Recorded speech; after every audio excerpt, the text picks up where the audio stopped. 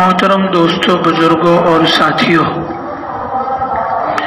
گزشتہ ہفتے ملک کے ایک صوبے میں خاص طور سے مسلمانوں اسلام دشمنی میں تقریباً ہر دن اضافہ ہی ہوتا جا رہا ہے، تو ایک صوبے نے ایک مستقل قانون صوبائی سطح پر پاس کیا۔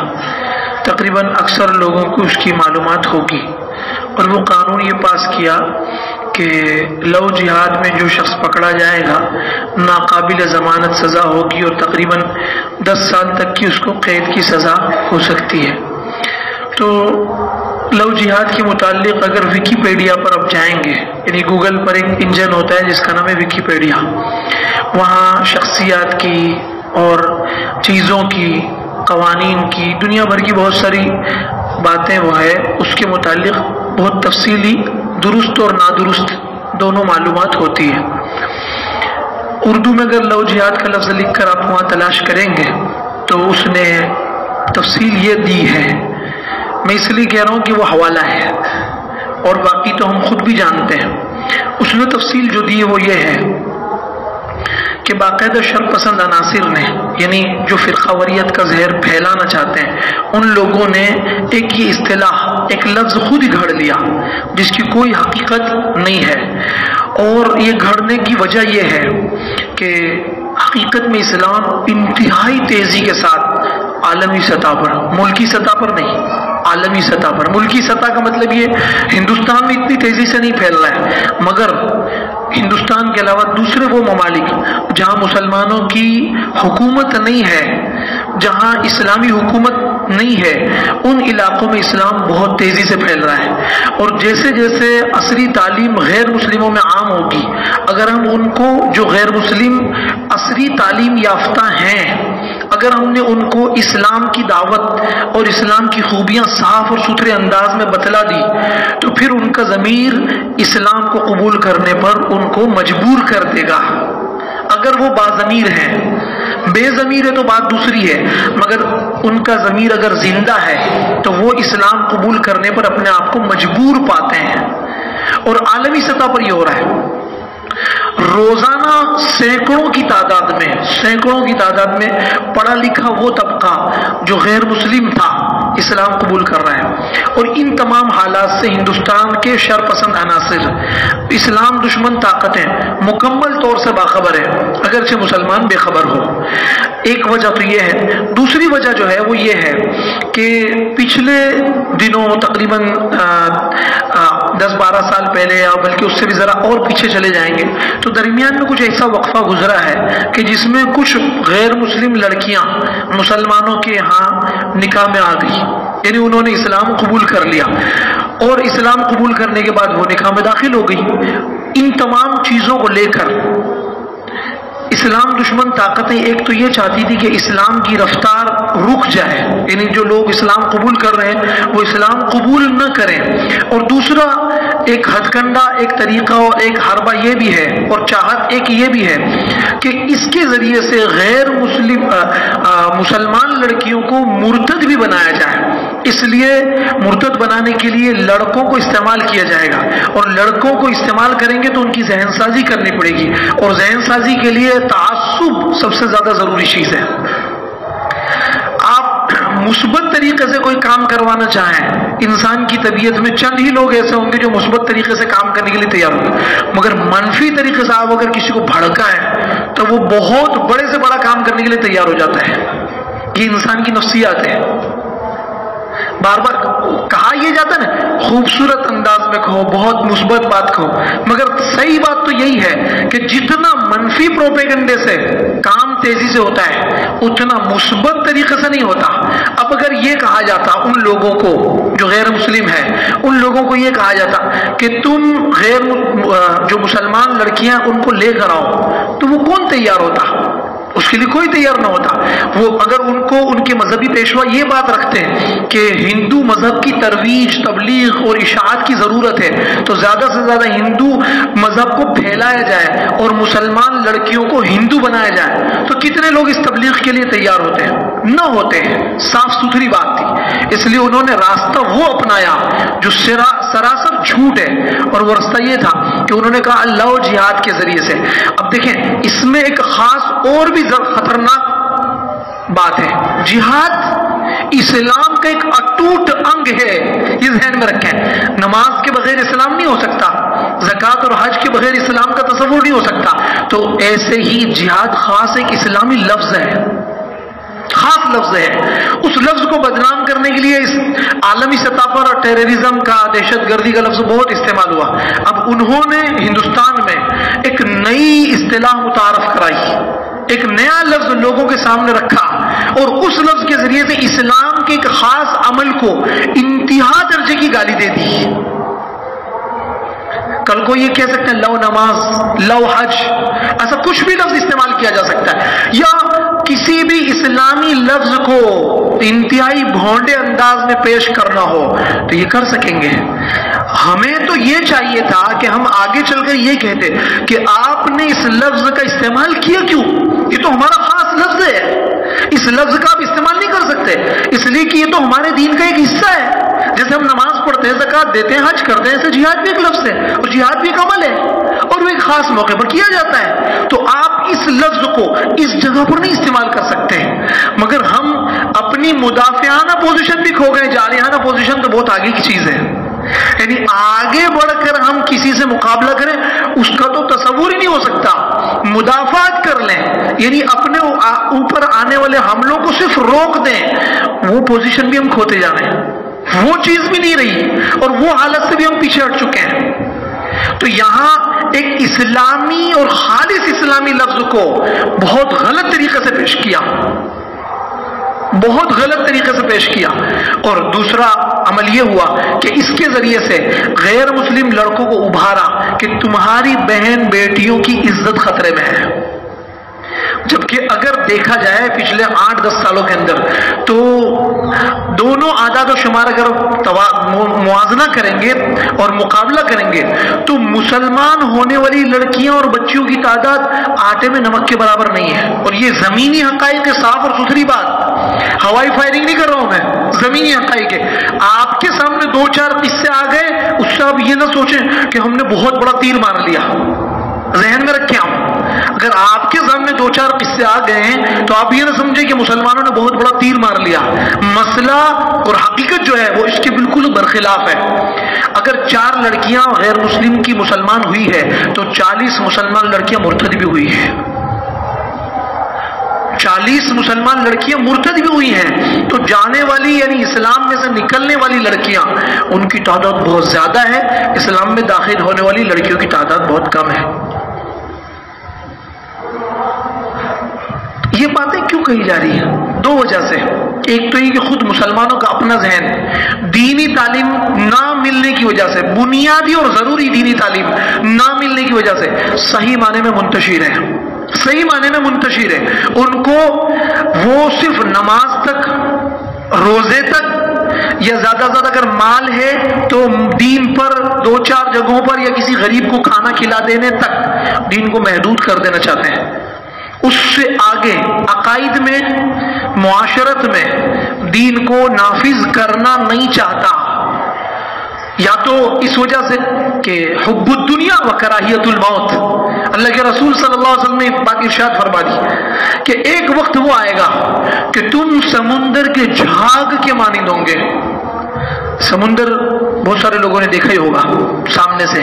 سمندر کے کنارے پر جھاگ بہت ہوتا ہے، فین بہت، یعنی تا حد نگاہ ہوتا ہے، اس کی کوئی حد نہیں ہو سکتی.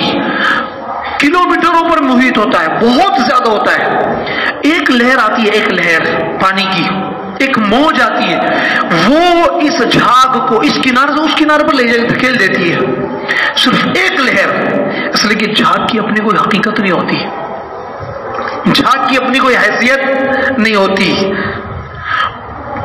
وہ پپوٹا ہوتا ہے، بلبلا سا ہوتا ہے، بس کھوکھلا ہوتا ہے، وہ کوئی جمی ہوئی کوئی طاقت نہیں ہوتی۔ ایسے ہی مسلمانوں کی حالت اس موقع پر صرف جھانکی بن گئی ہے، صرف جھانکی، اور صاف اور ستھرے لفظوں میں ہم عملی زندگی میں کورے ہیں۔ اس حقیقت کو ماننا پڑے گا، اس حقیقت کو ماننا پڑے گا، ہم عملی زندگی میں کورے ہیں، اس حقیقت کو ماننا پڑے گا۔ جب تک ہم یہ حقیقت نہیں مانتے اور بلا وجہ ہم کامیابی کے جو دعوے کر رہے ہیں یا کامیابی کے جو خواب دیکھ رہے ہیں، وہ خواب کبھی بھی شرمندہ تعبیر نہیں ہو سکتے، یعنی وہ خواب کبھی بھی ہم پورا نہیں کر سکتے جب تک کہ ہم بحیثیت مسلمان کے وہ ان چیزوں پر عمل کرنے والے نہ بن جائیں جن چیزوں کا اللہ تعالیٰ نے اور اس کے رسول صلی اللہ علیہ وسلم نے باقاعدہ حکم دیا ہے۔ جب تک وہ نہیں کر لیتے، یعنی اپنی عملی زندگی میں دین کو نافذ نہیں کریں گے، کبھی بھی کامیابی سے ہمکنار نہیں ہو سکتے۔ یہ بات یقینی ہے، یہ بات یقینی ہے۔ اس لیے عملی زندگی میں ہمارے پاس دین نہیں ہے۔ نماز پر دین کو ختم مت مانو، زکوٰۃ پر اور حج پر اور روزے پر دین کو ختم مت مانو، یہ عبادات میں سے چند عبادتوں کا نام ہے، اس کے بعد دین ساری زندگی میں بھی ہے، وہاں ہم نافذ نہیں کر رہے ہیں، اسی وجہ سے جھاگ کی شکل اختیار کر گئے۔ اور اللہ کے رسول صلی اللہ علیہ وسلم نے جب یہ بات ارشاد فرمائی تو صحابہ نے پوچھا کہ ایسا کیوں ہو جائے گا، کیا ہم تھوڑے ہوں گے؟ تو تب حضرت نے فرمایا تھا نہیں، تم تھوڑے نہیں ہوں گے، ساری دنیا جب تمہیں تر نوالا سمجھے گی اور ساری دنیا کے لوگ ایسے ہو جائیں گے گویا دسترخوان پہ کوئی چیز رکھی ہو، یہ حدیث کا ترجمہ مفہوم بیان کر رہا ہوں کہ دسترخوان پہ کوئی چیز رکھی ہو اور سب لوگ ایک دوسرے کو دعوت دیں آپ بھی کھا لیجیے اور آپ بھی کھا لیجیے اور آپ بھی کھا لیجیے۔ آج مسلمان کی پوزیشن وہی ہے، دنیا کے شرق سے غرب تک اور جنوب و سے شمال تک تمام جگہوں پر مسلمانوں کی حالت یہی ہے کہ ہر عالمی طاقت یا کفریہ طاقت یا اسلام دشمن طاقت جو ہے وہ ایک دوسرے کو دعوت دیتی کہ یہ وہ تر لقمہ ہے جس کو صرف نگلنے کی ضرورت ہے، چبانے کی بھی ضرورت نہیں ہے۔ کیوں؟ پوزیشن خراب ہم نے خود کی ہے۔ اب کیا آگے پھر حضرت نے فرمایا کہ تمہاری تعداد اتنی زیادہ ہوگی، پھر صحابی نے پوچھا کہ جب تعداد اتنی سب ہوگی پھر کیا ہوگا، یعنی کیوں تب بھی اتنے کمزور ہوں گے؟ تو جو بات حضرت نے فرمائی ہے وہ بات ہم پر مکمل طور سے فٹ ہوتی ہے۔ حب الدنیا، دنیا کی محبت، دنیا لوگ میرے کو دنیا کی بالکل مال سے محبت نہیں ہے، مال پر دنیا ختم نہیں ہوتی، بات کو سمجھیں آپ، مال پر دنیا ختم نہیں ہوتی۔ بہت سی مرتبہ ہم لوگ ڈائلگ بازی میں بہت آگے ہیں، میں وہی بات کروں گا جو زمینی حقیقت ہے، ہم لوگ ڈائلگ بازی میں بہت آگے ہیں، ڈائلگ خوبصورت بولے، میرے کو مال کی 1 روپے کی بھی مولانا محبت نہیں ہے، 1 روپے کی بھی نہیں، اور کبھی کسی کا قرضہ معاف کرنے کی بات دوسری ہے، جس سے قرضہ لیا اس کا دینے کے لیے تیار نہیں ہے، اور ڈائلگ سنو تو 1 روپے کی محبت نہیں ہے، جس کا لیا ہے اس کو دے دے، بعد میں بکواس کرنا۔ تو مال پر دنیا کی محبت ختم نہیں ہوتی، اور دنیا صرف مال کا نام نہیں ہے، اسٹیٹس، دین کو چھوڑ کر جن چیزوں سے دین روکتا ہے اور ان چیزوں کی محبت ہے وہ دنیا کی محبت ہے، یہ سمجھ لیجئے، بات سمجھ رہے ہیں؟ جن چیزوں سے شریعت نے روکا ہے اور ان چیزوں سے ہماری طبیعت رکنا نہیں چاہتی وہی دنیا ہے، اور اسی کی محبت کی وجہ سے آج ہم پر ذلیل و خوار ہیں، سمجھے؟ وہ چاہے کوئی بھی چیز ہو، جو چیز کا شوق میرے دل اور دماغ میں بیٹھ گیا اور شریعت اس سے روک رہی ہے تو اسی کا نام دنیا ہے، اسی کا نام دنیا ہے۔ اگر کسی کو بے پردگی کا شوق ہے، شریعت بے پردگی سے روکتی ہے، اس وجہ سے پریشان ہے، یہاں دنیا کی محبت کی وجہ سے پردہ چھوڑ دیتا ہے، بات سمجھ رہے ہیں؟ ایسے بہت ساری جتنے منکرات یعنی جتنی وہ چیزیں ہیں جن سے شریعت نے روک رکھا ہے کہ یہ کام کرنے کی اجازت نہیں اور میں وہ کام کر رہا ہوں، وہ دنیا کی محبت میں کر رہا ہوں۔ کیا رب کی محبت میں گناہ کرے گا آدمی؟ رب کی محبت بھی اور آدمی گناہ بھی کرے، ایسا بھی ممکن ہے؟ نہیں، ایسا نہیں ہو سکتا۔ اس کا مطلب یہ کہ رب کی محبت نہیں ہے، دنیا کی محبت ہے۔ اور ایک دوسری وجہ، اگر مال جاتا ہے، اسٹیٹس جاتا ہے یا کوئی اور قسم کی قربانی دینی پڑتی ہے، اس قربانی کا مطلب قربانی اگر دے گا تو آخرت ملے گی، مگر آخرت سامنے نہیں ہے۔ آخرت سامنے نہ ہونے کی وجہ کیا ہے؟ کراہیت الموت، مرنے سے ڈرتا ہے، مرنا نہیں چاہتا، جبکہ اس سے زیادہ کوئی حق بات ہو ہی نہیں سکتی جس کو ساری دنیا نے قبول کیا۔ اسلام قبول کرنے والے تو کم ہے، مگر موت کا انکار کسی عقل مند نے آج تک کیا ہے؟ اس لیے کہ روز دیکھتا ہے، پنکھے چلا دیجیے، موت موت کی جب موت سے نفرت ہو جائے گی نا، کراہیت الموت، موت سے نفرت ہو جائے گی، مرنا نہیں چاہے گا، تو دنیا کے عیش اور آرام یا تھوڑی دیر کا جو مزہ ہے نا، اس مزے اور لذت کو چھوڑنے کے لیے تیار نہیں ہوگا۔ بہت ساری چیزوں میں 60 سے 70 سال جیے گا نا آدمی، اس سے زیادہ جیے گا 100 سال ریئر کیس میں لوگ ہیں، بہت کم، لاکھوں میں ایک آدھ آدمی ایسا۔ بہرحال ایک دن تو مرنا ہے نا، اس کے باوجود کچھ چیزوں میں اس کی چاہت اٹکی ہوئی ہے، غلط طریقے سے مال، غلط طریقے سے کوئی عہدہ، غلط طریقے سے کوئی خوشی، یہ تینوں چیزیں جب اس نے حاصل کی تو موت سے ڈرے گا، وہ موت سے دور بھاگے گا۔ اور نبی اکرم صلی اللہ علیہ وسلم نے یہ دو خاص جڑ بتا دی، جب جس کو دنیا کی محبت آ گئی وہ شریعت کے احکام کو پس پشت ڈال دے گا، وہ پھر مان نہیں سکتا، اس کو شریعت کا حکم ماننا بہت مشکل ہے۔ جہاں شریعت کے حکم کے بارے میں آنا کہانی آتی ہے، صاف اور ستھری بات یہ ہے کہ نبی نے جو بیماری بتا دی ہے وہ بیماری گھر کر چکی ہے، بس۔ جہاں شریعت کا کوئی حکم آتا ہے اور اس میں دل میں ہچکچاہٹ ہوتی ہے، یہ اس کے لیے کوئی رستہ نکلنا چاہیے، بس سمجھ لو کہ یہاں دنیا کی محبت گھر کر چکی ہے، اس لیے شریعت کا حکم ماننے سے طبیعت ہچکچا رہی ہے، اکتاہٹ محسوس کر رہی ہے اور غلط کاموں پر جھری ہو گیا ہے۔ اس کا مطلب ہے کہ مرنا نہیں چاہتا۔ مرنے کا مطلب یہ ہے کہ موت آئے گی تو رب کے سامنے سب کا کچا چٹا سامنے ہوگا نا، اس کا سوال کا جواب دینا پڑے گا۔ صرف حب الدنیا اور کراہیت الموت کا مطلب صرف یہی نہیں ہے کہ آدمی جان کی بازی لگانے کے لیے تیار اور باقی سب کاموں کے، دنیا کی بھی بہت سارے کام ہیں جو زندگی میں ہیں اور اس کے اندر بھی بہت ساری جگہوں پر حب الدنیا اور کراہیت الموت سامنے آ جاتی ہے۔ اس وجہ سے آدمی شریعت کے مطابق زندگی گزارنے کے لیے تیار نہیں ہوتا۔ مختصر میں اب جب یہ تمام چیزیں سامنے آئی ہیں تو اس کے بعد اصل تو موضوع یہی ہے کہ لو جہاد کا قانون بنانے کی کیا وجہ بنی۔ ایک تو یہ کہ شر پسند عناصر تمام غیر مسلموں کو ایک خانے میں بانٹ دینا چاہتے ہیں اور مسلمان ایک خانے میں۔ اب تمام غیر مسلموں کو ایک ہی دشمن بتا دیا گیا کہ سارے ہندوستان میں صرف تمہارا ایک ہی دشمن ہے، وہ مسلمان ہے۔ یہاں تک کہ لو جہاد کے خلاف یعنی لو جہاد کے سپورٹ میں ساؤتھ انڈیا کے ایک عیسائی پادری نے بھی اس کے سپورٹ میں لکھا ہے۔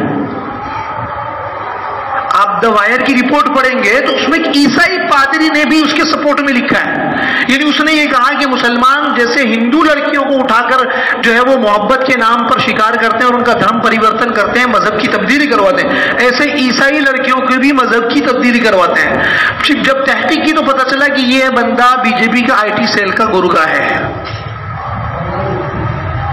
اس میں کسی پارٹی سے مطلب نہیں ہے، بات کو سمجھیے آپ، پارٹی سے کوئی مطلب نہیں، اس لیے کہ پارٹی کا نام بدل کر کوئی بھی پارٹی آ جائے، ایجنڈا سب کا تقریباً طے ہے، ایجنڈا تقریباً سب کا طے ہے، اس لیے ہم پارٹی کی بات نہیں کر رہے، مگر کچھ لوگوں کو ضرور بھی ضرور ایک خانے میں بانٹا جائے گا اور شدت لائی جائے تو ایک تو مسئلہ یہ ہے۔ دوسرا جو سب سے بڑا خطرناک مسئلہ یہ ہے وہ یہ کہ 2-2 لاکھ پر ایک آدمی تیار کر دیا جائے، خدا نخواستہ باقاعدہ ہے یہ تمام ایجنڈے میں شامل اور یہ تمام چیزوں پر عمل بھی ہو رہا ہے کہ 2 لاکھ دیے جائیں گے، ایک لڑکا اس کو باقاعدہ اردو شاعری سکھائی جائے گی، محبت کرنے کی باتیں جو فلموں میں بتائی جاتی ہے اس کے لیے 2-4 اشعار اردو زبان تھوڑی ڈھنگ سے بول سکے اور مسلم لڑکی کو اپنے شیشے میں اتار سکے۔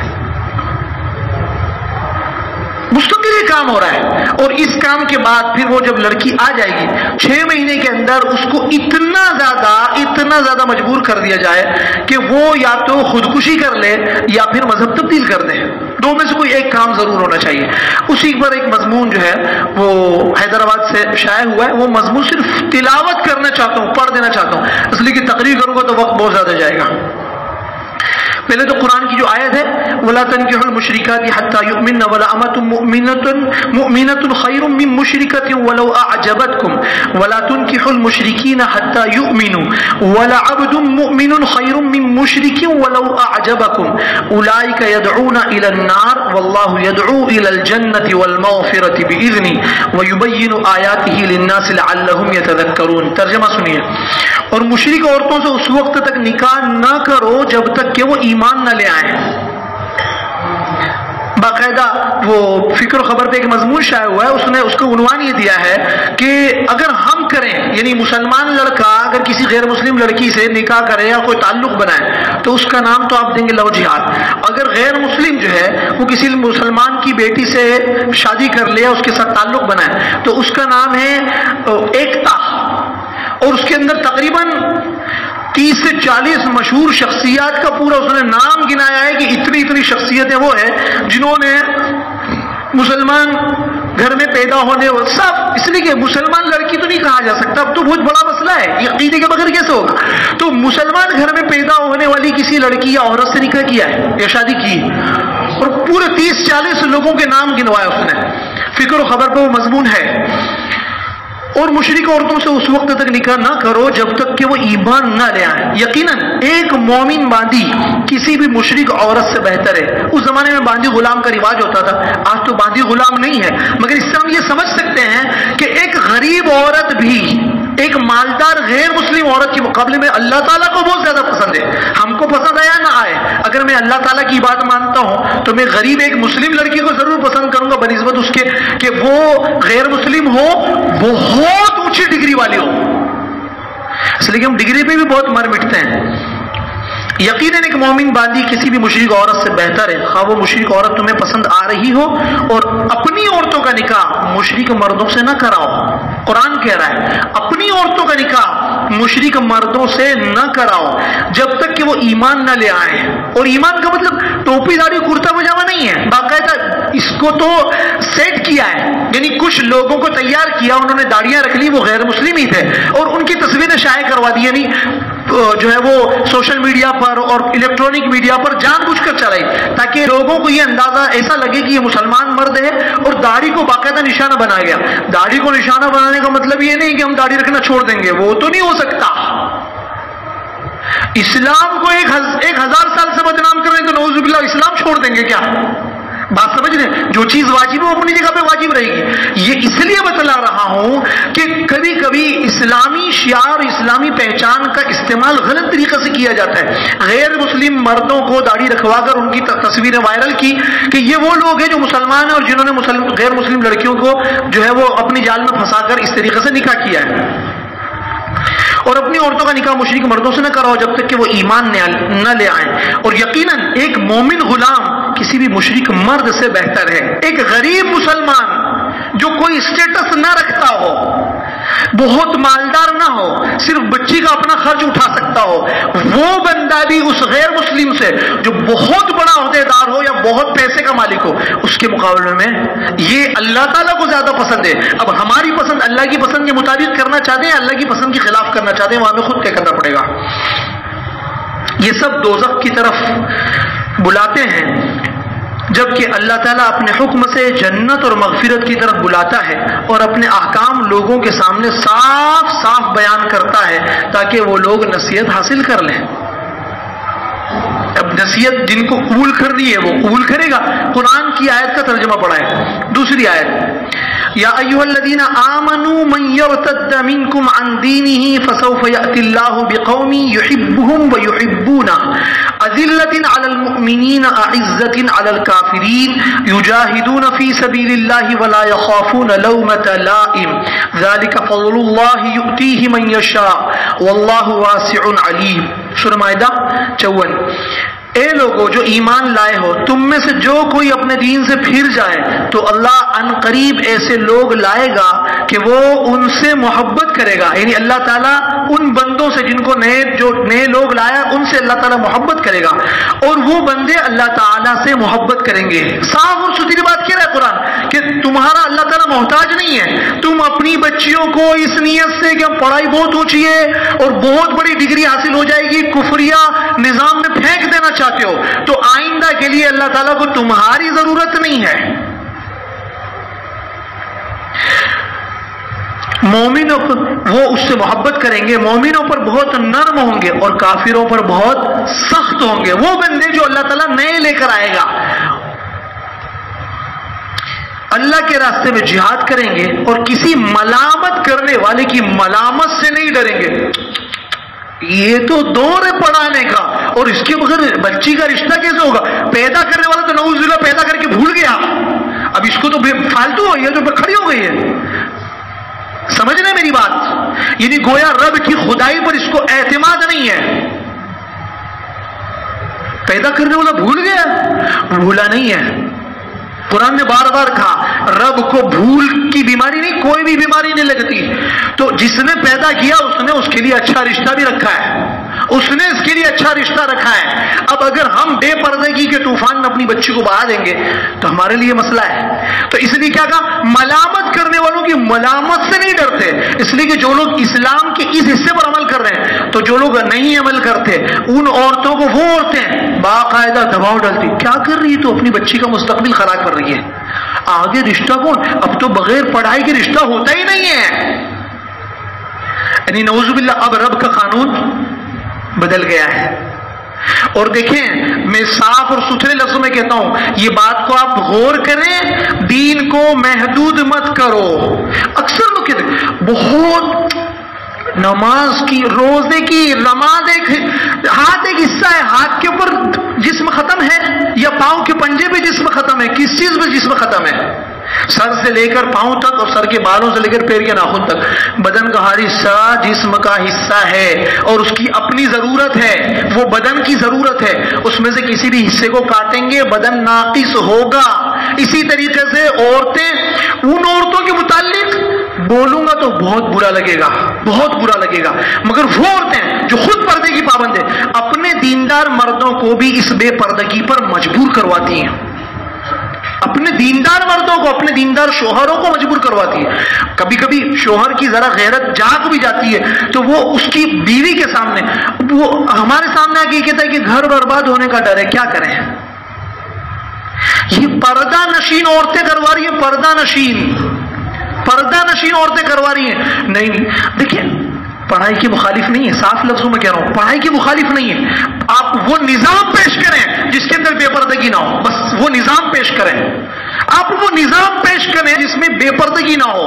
پڑھائی کی اچھا کیا مخالفت، کیا فائدہ؟ بلا ان چیزوں کو لے کر کیا فائدہ ہونے والا ہے؟ ہم لوگ کیوں مخالفت کریں گے؟ علماء برادری کیوں مخالفت کرے گی؟ نہیں کرے گی، اس سے کوئی فرق نہیں پڑتا. پر یہاں بے پردگی اور بے پردگی میں غیر مسلم کے ساتھ جانے والی بات تو آگے کی ہے. بے پردگی ہی خطرناک عمل ہے. جس معاشرے میں زنا عام ہو جائے گا حدیث شریف کے مفہوم کے مطابق، اس میں بزدلی عام ہو جائے گی. یہی تو وجہ ہے کہ ہمارے ہاں آپ مجھ سے زیادہ جانتے ہیں زنا کی کتنی کثرت ہے. آپ مجھ سے زیادہ جانتے ہیں. کسی بھی بندے کے پاس بیٹھو اور اس موضوع پر اگر چھوڑ دو، گلی کے ایک کنارے سے دوسرے کنارے تک تمام لوگوں کے کچا چٹھا اس کو پتا ہے. کیا پھر اس کے بعد خدا نہ خواستہ کوئی ہم پر حملہ کرے، ہم میں یہ طاقت ہو کہ جواب دے دے، ہوا ہو ہی نہیں سکتا. یہ سب کی یقینی بات ہے، ہو ہی نہیں سکتا، ہو ہی نہیں سکتا، کبھی بھی نہیں ہو سکے گا. اس لیے کہ نبی کا فرمان جھوٹا نہیں ہوگا، یہ یقین کر لیجیے آپ. تو جب زنا کی کثرت ہوگی نا پھر ہمت ختم ہو جائے گی، ختم ہو جائے گی. اسی لیے تو کہا جا رہا ہے نکاح کو عام کرو، زنا ختم ہو جائے گا.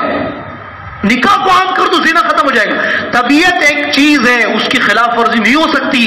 اسلام اس لیے تو دین فطرت ہے، اور اس میں نکاح کی عمر نہیں ہے، اسلام میں نہیں ہے. معاشرہ کچھ بھی رکھے، اسلام میں نہیں ہے نکاح کی عمر. جب جس کھانے کا کوئی وقت متعین ہے. مان لیجئے ایک بندہ بیمار ہے، شوگر کا مریض ہے، تو 2 گھنٹے میں نہیں کھاتا.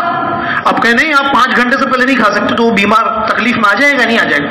جیسے کھانا ایک طبیعت ہے، جنسی خواہش کا انکار نہیں ہو سکتا، اور اپنے وقت پہ وہ اس کا مطالبہ کرتی ہے. جائز طریقے سے دے دیں گے، ناجائز دروازے بند ہوں گے، اور جائز طریقے سے نہیں دیں گے، ناجائز دروازے ہزاروں کھلے، ہزاروں. اور ان تمام گناہوں میں تہجد گزار باپ آخرت میں ضرور پکڑا جائے گا. یقینی چیز ہے، اس کو مان لیجیے. آپ صاف کہہ رہا ہوں میں، تہجد گزار باپ پکڑا جائے گا اور تہجد گزار ماں پکڑی جائے گی. اس میں کوئی دو رائے نہیں ہے. ہماری پیشانیوں پر سجدے کے گٹے پڑ گئے ہوں، مگر اس عمل کے بارے میں رب الگ سے پوچھنے والا ہے. صاف کہہ رہا ہوں میں. ضروری نہیں ہے کہ کسی غیر مسلم کے ساتھ ہی وہ بدکاری کر لے یا اسی کی وجہ سے کچھ برا ہو جائے. مسلمان کے ساتھ بھی بدکاری تو بدکاری ہے. وقت پر نکاح کرو، معاملہ ختم کر دو. پڑھائی کا شوق ہے نکاح کے بعد پڑھواؤ نا، کون منع کر رہا ہے؟ اگر پڑھائی کا اتنا شوق ہے نکاح کروا دو، ختم، نکاح کے بعد پڑھوائیے آپ۔ مگر نکاح پہلی صورت میں، اگر نکاح نہیں ہوگا بدکاری عام ہوں گی، اور جب بدکاری عام ہو جائے گی حدیث میں ہے پھر دوسرے جتنے بھی، اب روز یہ حقیقت بھی ہے کچھ کہ بے روزگاری عام ہو گئی اور کچھ ناشکرا پن بھی بہت زیادہ ہے، صاف اور ستھری بات۔ تو جہاں بے روزگاری کیوں، یہ قحط سالی کیوں، یہ تمام حدیث کے مطابق اس عمل کی سزا ہے، یہ تمام چیزیں اس عمل کی سزا ہے۔ اب یہ یقینی بات ہے کہ کچھ شر پسند عناصر نے پورے ملک کا ستیہ ناش کر دیا، وہ اپنی جگہ پر، مگر صرف ایک چیز نہیں، فیصلے کرنے والی ذات اوپر والی ہے، یعنی اللہ تعالیٰ کی طرف سے فیصلے ہوتے ہیں، ان اعمال کی وجہ سے فیصلے ہوتے ہیں۔ اعمال کو باقاعدہ مستقل اس میں سبب قرار دیا ہے، اس لیے آپ اس کا انکار نہیں کر سکتے۔ اگر آپ چاہتے ہیں کہ پرسکون زندگی گزاریں، اس معاملے میں آپ کو صحیح اسٹینڈ لینا ہی پڑے گا۔ اے لوگوں جو ایمان لائے ہو، تم میں سے جو کوئی اپنے دین سے پھر جائے تو اللہ تعالیٰ ان قریب ایسے لوگ لائے گا کہ وہ ان سے محبت کرے گا، یعنی اللہ ان سے محبت کرے گا اور وہ اللہ تعالیٰ سے محبت کریں گے۔ مومنوں پر بہت نرم ہوں گے، ایمان رکھنے والوں پر، وہ بندے جو اللہ تعالیٰ نئے لے کر آئے گا نا وہ بہت نرم ہوں گے، اور کافروں پر بہت سخت ہوں گے۔ ضروری نہیں مارنا ہی مسئلہ ہو، مارنا ہی نہیں مسئلہ، بہت ساری چیزوں میں سختی کی ضرورت ہے۔ کافروں کی جو تہذیب ہم اپنا رہے ہیں اس میں سختی کی ضرورت ہے کہ وہ اللہ کے دشمن کا عمل ہے، میں وہ طریقے سے نہیں چلوں گا، وہ اللہ کے دشمن کے کپڑے ہیں میں نہیں پہن سکتا اس لیے کہ میرا اللہ اس سے نفرت کرتا ہے اور یہ میرے اللہ سے نفرت کرتا ہے، تو اس کی ہر ادا سے مجھے نفرت ہونی چاہیے، یہ سختی کی ضرورت ہے۔ وہ والی سختی نہیں کہ مار دو، قتل کرنے کی کہاں بات ہو رہی ہے بھائی، قتل کرنے کی بات نہیں ہو رہی ہے، اس سختی کی ضرورت ہے۔ وہ والی سختی کب لائیں گے؟ ہم اپنی بچیوں کو اگر آئیڈیل حضرت فاطمہ حضرت عائشہ نہیں بنائیں گے تو ان کی آئیڈیل پھر وہ دوسری فلم اسٹار اور دوسری ناچنے تھرکنے والی لڑکیاں ہوں گی۔ وہ اللہ کے راستے میں جہاد کریں گے اور کسی ملامت کرنے والے کی ملامت سے نہیں ڈریں گے۔ ملامت کا مطلب سمجھ گئے؟ دین پر جو چلنے والے لوگ ہوں گے ان کو چاروں طرف سے تان اور تشنی کا ضرور سامنا کرنا پڑے گا، ان کی وہ کمزوریاں جو کسی کو پتا ہے اس کمزوریوں کو اچھالا جائے گا، اس کمزوریوں کو۔ کوئی بھی بندہ فرشتہ تو نہیں ہے، انسان سے غلطیاں ہوتی ہے، اس غلطی کو اگر اس کا وہ دوست، اس کا وہ ساتھی جو دین پر عمل نہیں کرتا، جان دے اس کی بات وہ فلانے کے ساتھ ایسا ہے، فلانے کے معاملے میں ایسا ہے، یعنی اچھائی کو نظر انداز کرنے کے لیے اور اس کے بھلے عمل پر کوئی دوسرا نہ چلے، اس لیے اس کی کمزوریوں کو باقاعدہ اجاگر کیا جائے گا۔ ہوتا یہی ہے نا، ملامت کا مطلب کیا ہے؟ یہ اللہ کا فضل ہے، وہ اسے دیتا ہے جس کو چاہتا ہے۔ یہ جو دین ہے یہ اللہ کا فضل ہے، یہ اسی کو دیتا ہے جس کو چاہتا ہے، اور اللہ تعالیٰ وسعت والا ہے اور سب کچھ جاننے والا ہے۔ ہم دنیا میں کسی کے سامنے کسی غلط عمل کے بعد کتنی بھی لیپا پوتی کر دیں، ہمارا دل اس وقت بھی کہتا ہے کہ یہ لیپا پوتی حقیقت نہیں ہے، اور رب کو کوئی نہیں دھوکہ دے سکتا، ساری دنیا کو آپ دھوکہ دے سکتے ہیں۔ علیم بذات الصدور کا مطلب کیا؟ سینے میں آنے والی بات کو بھی وہ جانتا ہے کہ آپ اب آئندہ کون سی چال چلنے والے اس کو پتا ہے، اس لیے وہ تو سب صاف ستھرا لکھ کے رکھ چکا ہے، کل جب اس کے سامنے حاضر ہوں گے سب کچھ سامنے آ جائے گا۔ اس لیے یہ والا عمل بہت خطرناک ہے، بہت خطرناک ہے، مضمون بہت قیمتی ہے، اس لیے میں نے تو یہی سوچا تھا کہ اس پر کوئی اپنی بات رکھے بغیر سیدھا مضمون پڑھ کر سنا دوں، مگر شروع میں اس مضمون کی مناسبت پیدا کرنے کے لیے بھی ضروری تھا کہ کچھ باتیں تمہیدی کہہ دی جائیں۔ اب وہ گزشتہ ہفتے ہم نے ایک اعلان کیا تھا، اوپر چاروں طرف سے ایلومینیم سیکشن کے ذریعے سے پیک کیا جا رہا ہے، تو اس میں تقریباً 1,41,000 روپے کے آس پاس خرچ ہو چکا ہے، یعنی 1,41,000 تک کا خرچہ تو آ چکا ہے، اور ہم نے گزشتہ ہفتے اعلان کیا تھا، بہت سارے دوستوں نے شاید اس پر صحیح معنی میں توجہ نہیں دی، ابھی 35,000 روپے تک ملے ہیں، بات سمجھ رہے ہیں؟ تو میں اپنے ساتھیوں سے کہوں گا دو چیز ہے، کام اوپر آپ جا کے دیکھ سکتے ہیں، کام اوپر آپ جا کے دیکھ سکتے ہیں، ضرورت بچوں کو سردی اور گرمی کا سامنا کرنا پڑ سکتا ہے، وہاں مستقل ہم کو کلاس لگانی پڑتی ہے، اور اب آئندہ چل کر اور بچے پڑھنے کا امکان ہے تو اور زیادہ کلاس لگانی پڑے گی، تو اس لیے بھی اگر آپ یہ سمجھتے ہیں کہ اللہ کے رسول صلی اللہ علیہ وسلم نے ایک دینے والے کو 70 دینے کا وعدہ کیا اور اس وعدے پر اگر یقین ہے تو پھر ہم اس معاملے میں نہ ہچکچائیں۔ غزوہ تبوک کا اگر موقع دیکھیں، پورا واقعہ تو بہت لمبا ہے، تبوک کے موقع پر نبی اکرم صلی اللہ علیہ وسلم جب عیسائی حکومت سے لڑنے جا رہے تھے، وہ اس زمانے کی سب سے زیادہ طاقتور حکومت تھی. یہاں تک کہ تاریخ لکھنے والوں کے اعتبار سے ایران کی حکومت سے بھی زیادہ طاقتور تھی. یعنی ساری دنیا میں سب سے زیادہ مضبوط حکومت وہی تھی. اور یہ وہ لوگ تھے جو باقاعدہ ٹرینڈ فوجی نہیں تھے, یعنی تربیت یافتہ سپاہی نہیں تھے. اس کے باوجود اللہ کے رسول صلی اللہ علیہ وسلم نے نکلنے کا اعلان فرمایا. اور اکانومی کے اعتبار سے انتہائی سخت موقع تھا, اس لیے کہ قحط سالی بھی تھی اور کھجور کٹنے کا موقع تھا. ایسے موقع پر 30,000 نفوس یعنی 30,000 صحابہ تیار ہوئے اور انہوں نے کھیتی کٹنے کو نہیں دیکھا. اس موقع پر صدیق اکبر جب چندے کا اللہ کے رسول صلی اللہ علیہ وسلم نے اعلان فرمایا, صدیق اکبر نے اپنے گھر میں پوری جھاڑو لگا دی. فوراً یہ احساس ہوگا کہ فوج کے لیے جھاڑو کا کیا مسئلہ, یعنی سارے گھر کا سامان. تو ہوتا یہ تھا کہ ہمارے یہاں طرح آج کل اتنے ٹپ ٹاپ نہیں ہوتے تو جتنا سامان ہوتا تھا نبی اکرم صلی اللہ علیہ وسلم کی خدمت میں دے دیا جاتا. اب گھر کا برتن بھی ہو سکتا ہے, کپڑے بھی ہو سکتے ہیں. نبی اس کا نیلامی کرتے تھے کہ یہ برتن کون لے گا, تو ایک صحابی کہتا ہے 1 درہم میں, دوسرا کہتا ہے 2 درہم میں. اب 2 پر بات رک جاتی ہے, حضرت کہتے ٹھیک ہے 2 والا لے جاؤ, وہ اس سے پیسے حاصل ہوں گے, اس سے نیزے ہتھیار گھوڑے وغیرہ. اس طریقے سے حضرت عمر نے اپنے گھر کا آدھا سامان, حضرت عثمان نے 800 گھوڑے, اس طریقے سے 1000 اونٹ, یہ سب کچھ دیا. اور ان حالات میں دیا ہے جب مالی پریشانی تھی. اگر ہم کو یہ بات سمجھ میں آتی ہے کہ حالات تو آنے والے ہیں, پر دین کی خاطر اپنی آمدنی کا صرف 10% بھی دے دیں گے تو بہت کچھ ہو جائے گا. ماہانہ جو آمدنی ہے اس کا 10%, یومی آمدنی کا نہیں کہہ رہا ہوں, ماہانہ آمدنی. کوئی بندہ اگر 10,000 روپے کماتا ہے, ایک مرتبہ 1,000 روپے لکھوا دیے. 15,000 روپے کماتا ہے, 1,500 روپے لکھوا دیے. بہت زیادہ کماتا ہے تو 2-5 ہزار روپے لکھوا دیے, پھر 10% تو اس کے لیے بہت بڑا ہو جائے گا. تو 2-5 ہزار روپے لکھوا دیے تو ہمارا کام آسان ہو جائے گا. اللہ تعالیٰ عمل کی توفیق عطا فرمائے.